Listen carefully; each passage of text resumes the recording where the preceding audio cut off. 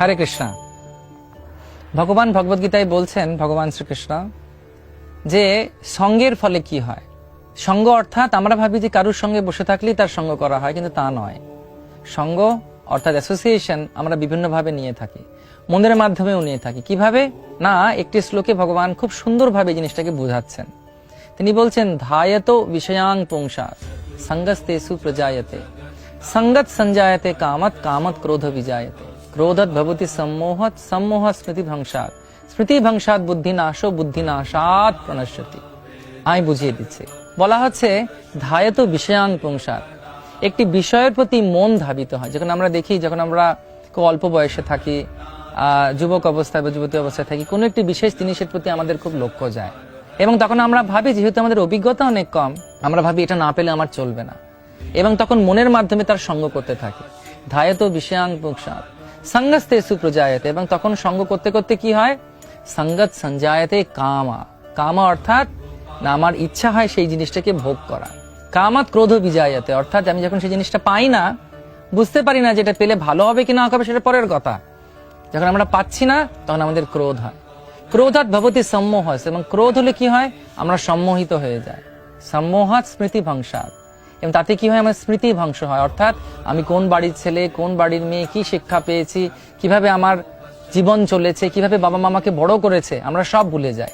এবং স্মৃতি ভংসাৎ বুদ্ধি নাশো বুদ্ধিনাশ বুদ্ধি নাশাৎ প্রণশ্যতি, অর্থাৎ ভুল কোনো কাজ করে বসি।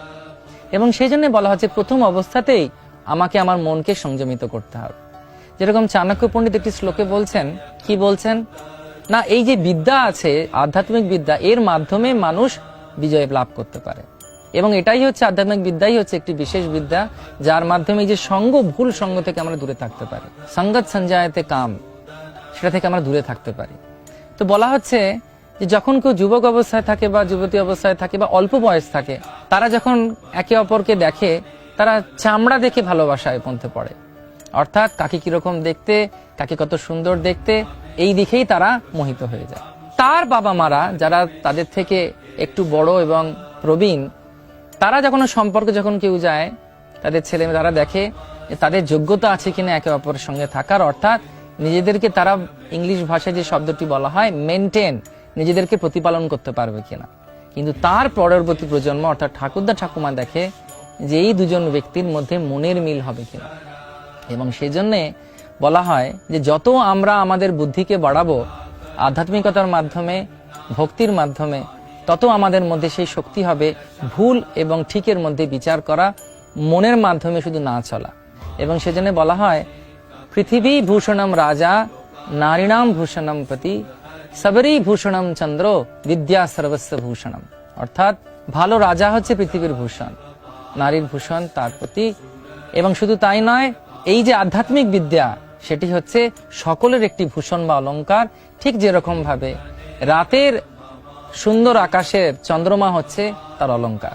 এবং সেই জন্যে আমরা অনেক জায়গা থেকে নিজেদেরকে রক্ষা করতে পারবো যদি আমরা বুঝতে পারবো যে কিভাবে ভগবদ্গীতা এবং শ্রীমদ্ ভাগবতমের মাধ্যমে আমরা অল্প বয়স থেকে এর জ্ঞান নিয়ে তাদেরকে নিজেদের জীবনে পালন করে আমরা অনেক ভুল ভ্রান্তি থেকে বেরিয়ে আসতে পারবো, ভুল কাজে যাব না, কোনো কিছুর প্রভাবের দ্বারা প্রভাবিত হব না, এবং মনকে সঠিক রেখে আমরা পদ্ম ফুলের মতো সব থেকে উপরে উঠে থাকতে পারবো। জলে থাকলেও জল আমার গায়ে লাগবে না।